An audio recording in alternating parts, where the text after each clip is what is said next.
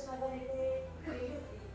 तर तिथल्या सर्व नागरिकांनी एकच तक्रार केली की सगळीकडे खूप मच्छर आहेत. आपण म्हणतो आरोग्यम परम भाग्यम स्वास्थ्यम सर्वार्थ साधनम.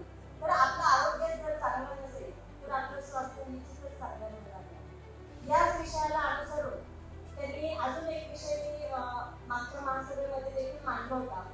माननीय आयुक्त आणि माननीय महापौर यांना मी विनंती केली होती की आमच्या प्रभागामध्ये तुम्ही दौरा घ्या. जिथे जिथे गोठे आहेत तिथे आजूबाजूला बऱ्याच लोकांना, बऱ्याच नागरिकांना, अगदी एका कुटुंबामध्ये 2-2 लोकांना डेंग्यू झालेला होता. त्या संदर्भात देखील मी आपल्याला विनंती केली होती.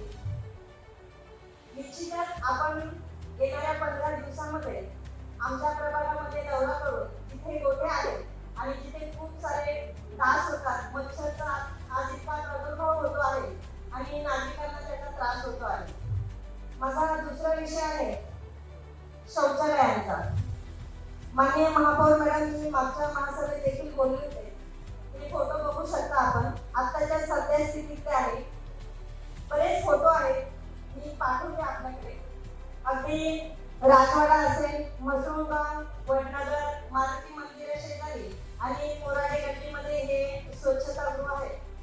एक प्रसाधन गृह आपलं तर जैन मंदिर आहे आणि ते रस्त्यावरच आहे.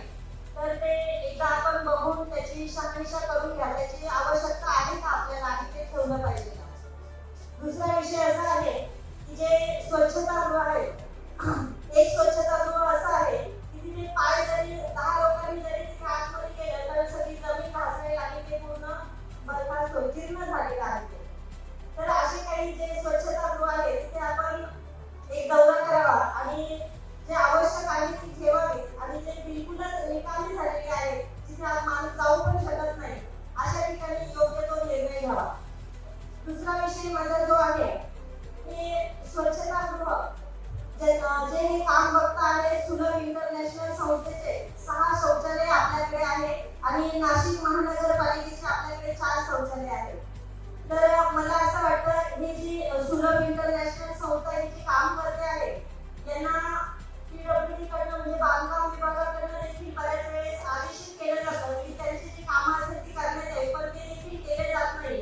तर ही जी संस्था आहे त्या संस्थेची आपण चौकशी करावी.